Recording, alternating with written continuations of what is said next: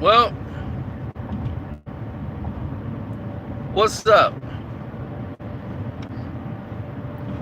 It's your boy Carcino here, and let's talk about it really fast.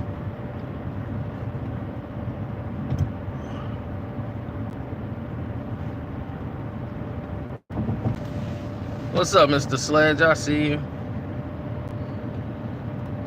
Well, let's talk about it really quick. The Long Shot, a movie starring Charlize Theron, and a movie that I would never expect to see her in, and Seth Rogen.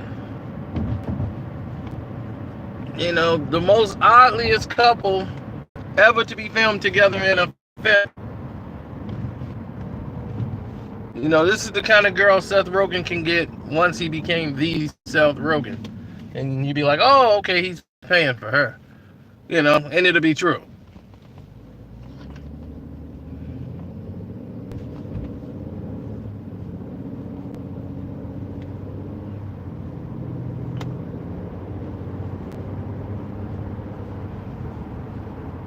So anyway, this is a movie about a journalist who is Seth Rogen, gets fired from his job, and his 13-year-old babysitter or 16-year-old babysitter, whatever. I don't know why would he need a babysitter. He's 13. I don't know.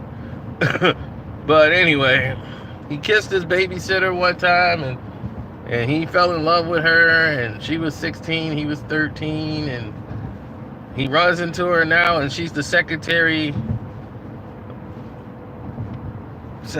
of State, and whoa, Jesus! I wish you would have sent that through Super Chat or the Streamlab, but thank you, man. Yeah, they doing their best, but gosh, I wish you wouldn't have did that on Super Chat, because they finna take like 30% of it. But thanks, Mr. Sledge. I appreciate the love.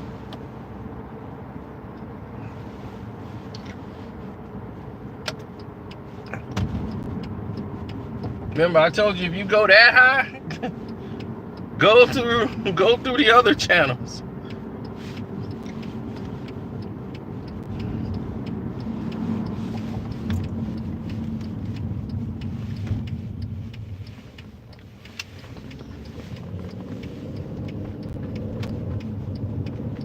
But anyway, back to the movie review.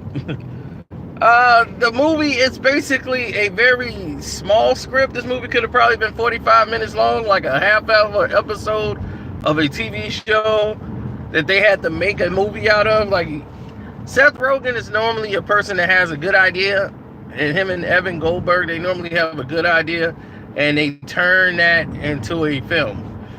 A good idea is the start of a film. It's not the entire movie. And what they tried to do was, she needed a writer, somebody to build her up, as she was running for president of the United States. And Seth Rogen was a writer who just got fired, so now he's writing her speeches. And we never really got a chance to see that materialize because they overkilled the movie with Lionel Ramos. It was just Lionel Rama of joke. It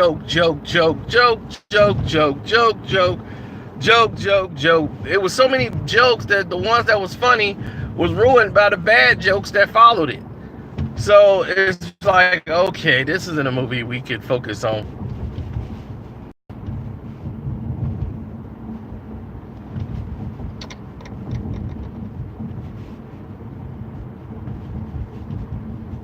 So when all of these things were done, we started to notice there was a following trend that was like developing in the situation.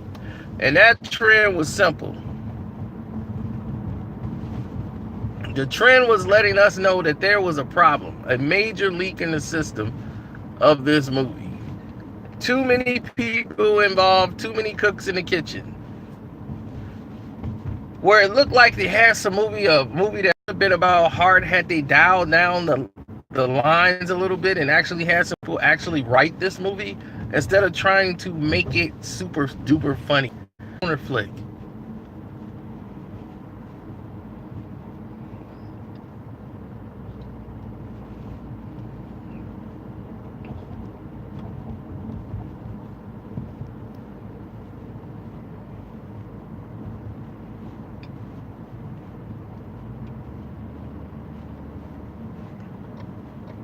Well, the thing is, Seth Rogen can make those type of movies. He's proven that he could in the past.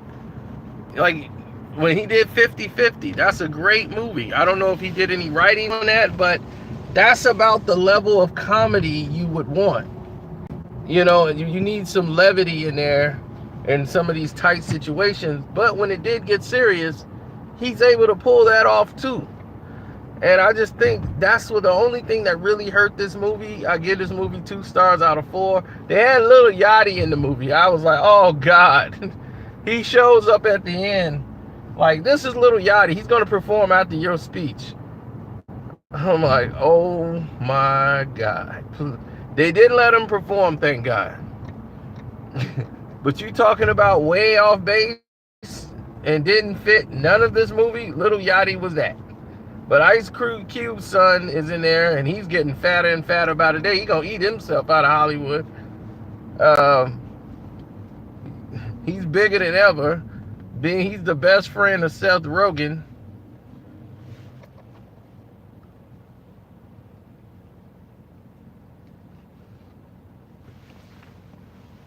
And his one-liners, I don't think one joke he told was funny. His timing is off. He really has to work on his acting delivery. Sometimes it worked. A lot of the times it did not. He's just all over the place. He's rushing a lot of his lines. I'm not an acting coach, but I could tell bad acting from good acting. Bad acting show out and stick out like a sore thumb. And unfortunately, he was bad in this film.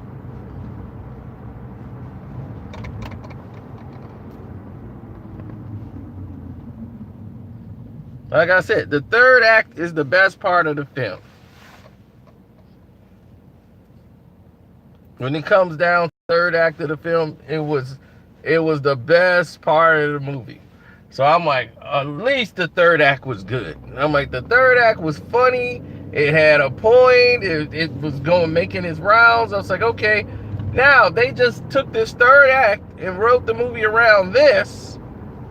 Then we could have had something. You could have cut out 40% of the movie. I think I had so much fun laughing at The Intruder. The Intruder was more funny. I think I forgot to give it a rating. And I give that one 2 stars. For Meagan Good's butt and Dennis Quaid.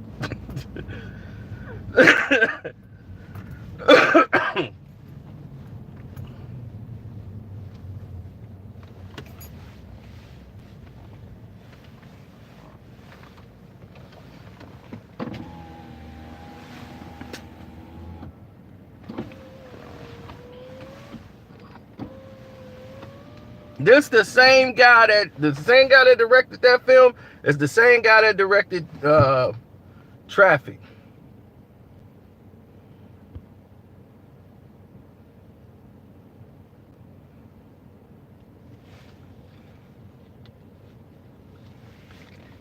Not this film, though. Not this film at all.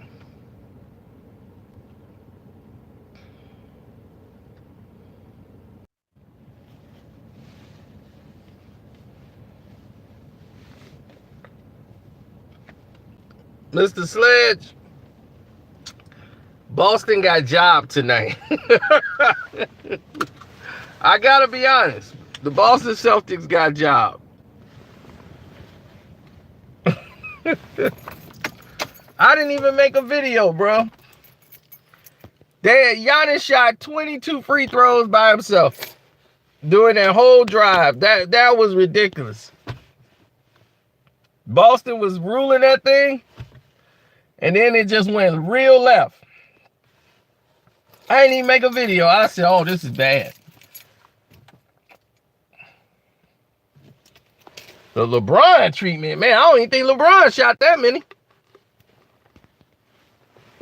He only hit like 14 of them, but he shot like 20-something.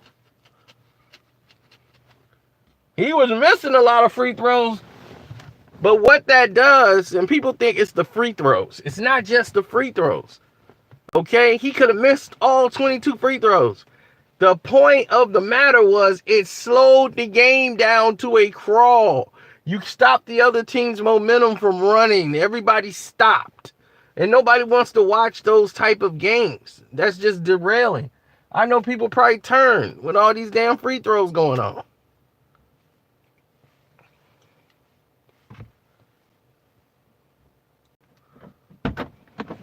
I gotta go watch the Blazers game.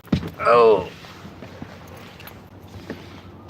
When I get in the house. But you know me, I'm back at the gym, baby. Back at the gym.